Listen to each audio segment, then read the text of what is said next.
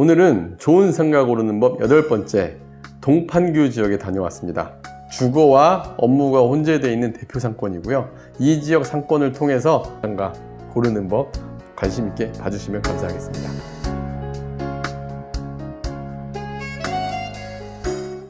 안녕하세요. 월세고수TV의 최영수입니다. 네, 지난번 서판교 상권에 이어서 동판교 상권 답사를 다녀왔는데요. 네네. 동판교 상권의 특징은 무엇인가요? 네, 저희가 8월 달에 서판교 상권에 대해서 좋은 상가 고르는 법 그때 촬영을 하고 저희 댓글에 보니까 동판교 상권에 대해서도 얘기해달라는 분이 계셔가지고 현장을 좀 갔다 왔습니다. 사실 판교는 동판교 상권이 중심이고요.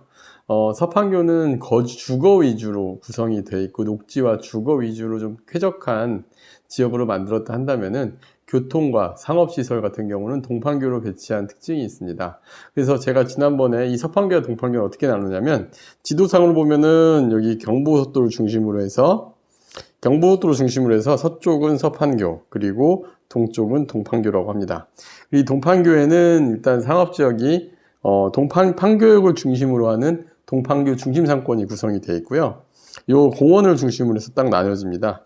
이 판교역을 중심으로 한 동판교 상권, 그리고 그 공원 위로 이제 업무시설들, 테크노밸리드 들어온 업무시설들 상권에서 테크노밸리 상권과 판교역 중심 상권은 나눠지는데요. 오늘은 이 두 군데에 대해서 어떤 특징이 있고 그 다음에 투자자들이 어떤 점을 봐야 되는지, 특히 동판교 같은 경우는 정말 그 동선 위치에 따라서 상가의 가치가 어마어마한 차이가 나거든요. 그래서 최근에 이제 입주를 앞두고 있는 건물들도 있었고, 그 다음에 임대 시세도 좀 저희가 알아봐야 될 것도 있고, 그리고 동선상에서 어떤 부분을 중심적으로 봐야 되고, 오늘 또 투자 추천을 할 수 있는 만한 매물도 한번 찾아봤거든요. 그런 매물들까지 한번 하나씩 살펴보도록 하겠습니다.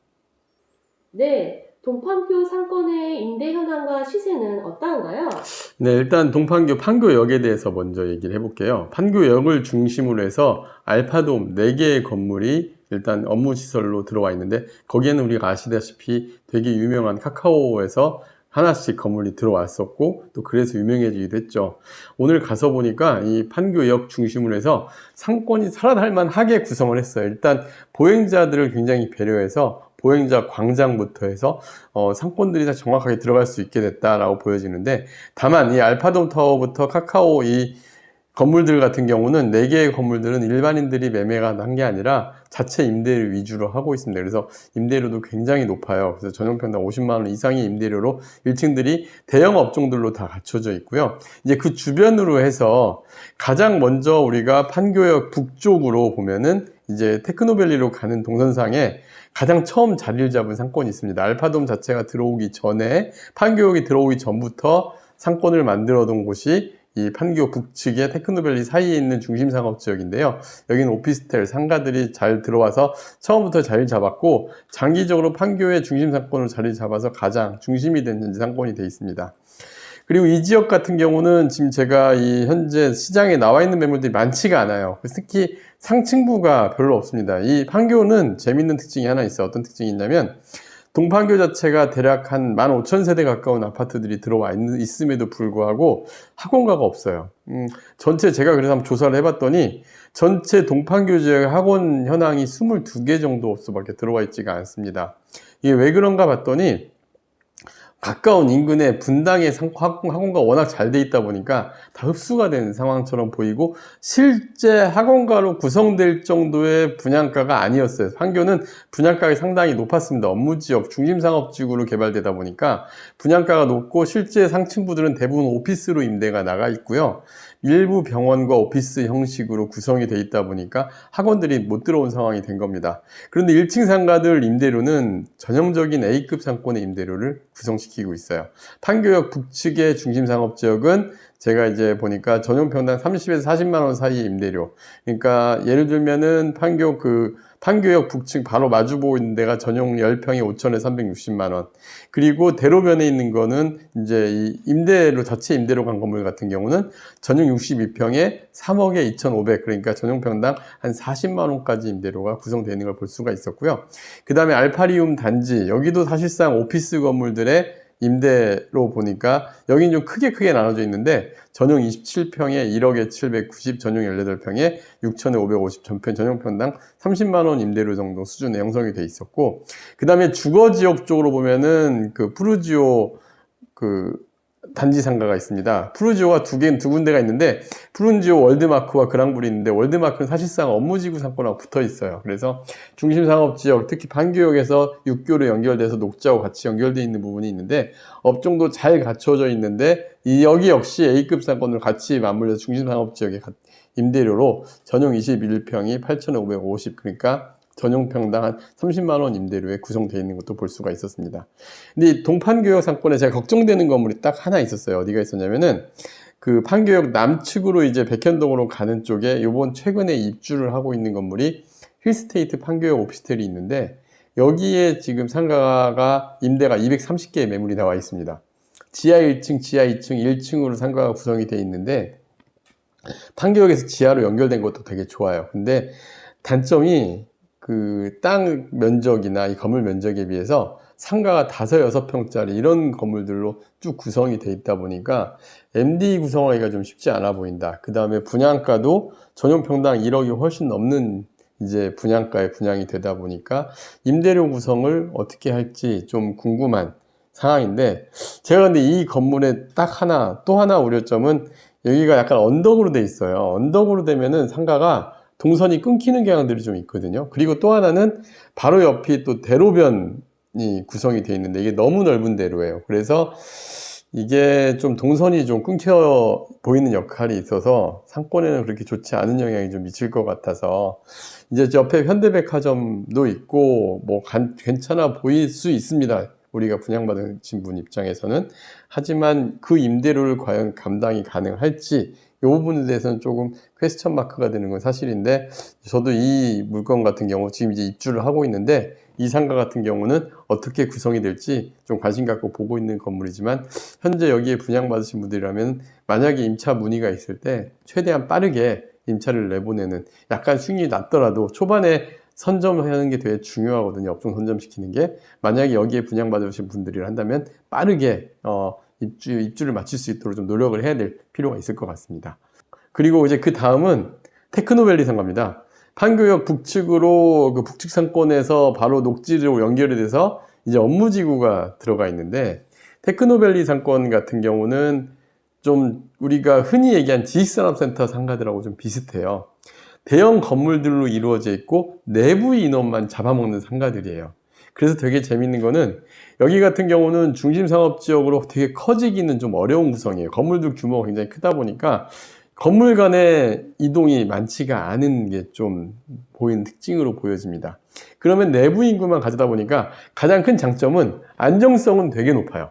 그러니까 내부의 직장인들이 출퇴근하는 수요가 고정적으로 갖춰져 있다 보니까 이 사람들을 대상으로 한 업종들이 들어와서는 장사는 어느 정도 구성은 다 해요.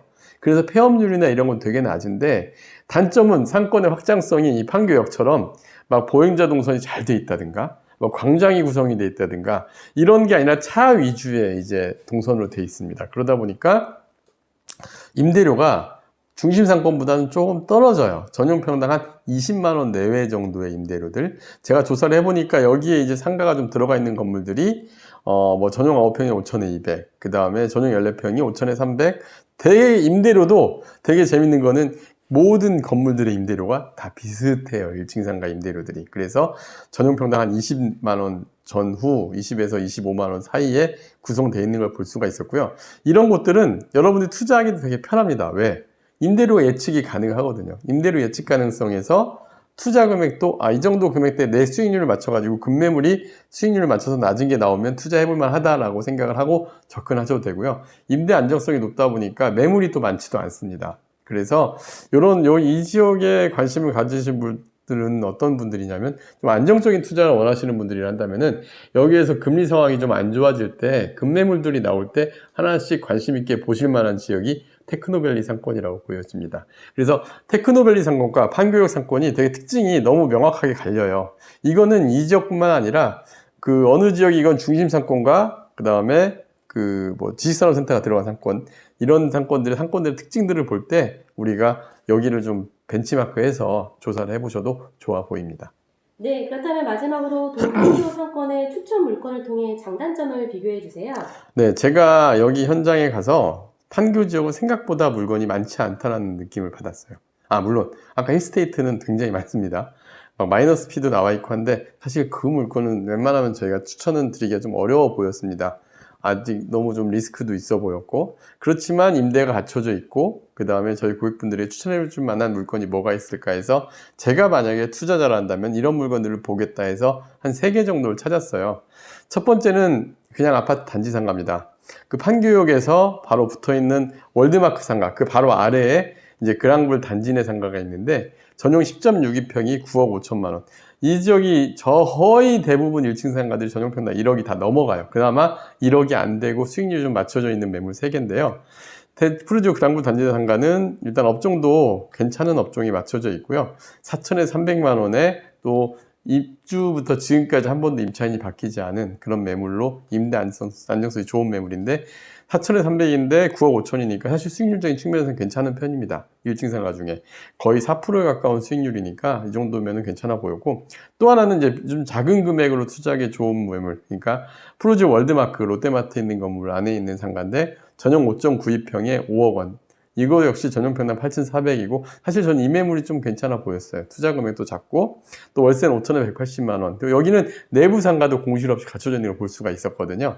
그랬을 때 수익률은 4.93%인데 이 정도면 상층부 상가하고 비교해도 괜찮아 보였습니다.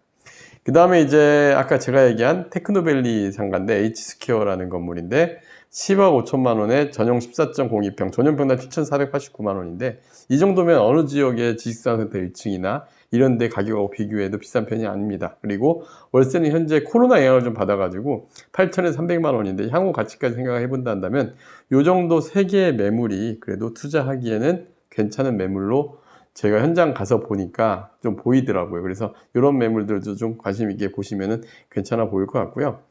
이 물건의 장단점을 제가 좀 하나를 한 페이지 요약을 해보면 푸르지오 그랑블 단지 내 상가는 1층 상가고 배우 세대 대비 단지 상가가 좀 적게 배치가 돼 있어요. 그래서 이 정도면 장점. 그러다 보니까 현재 임차인도 입주 때부터 지금까지 계속 운영하고 있는 임차인이고요.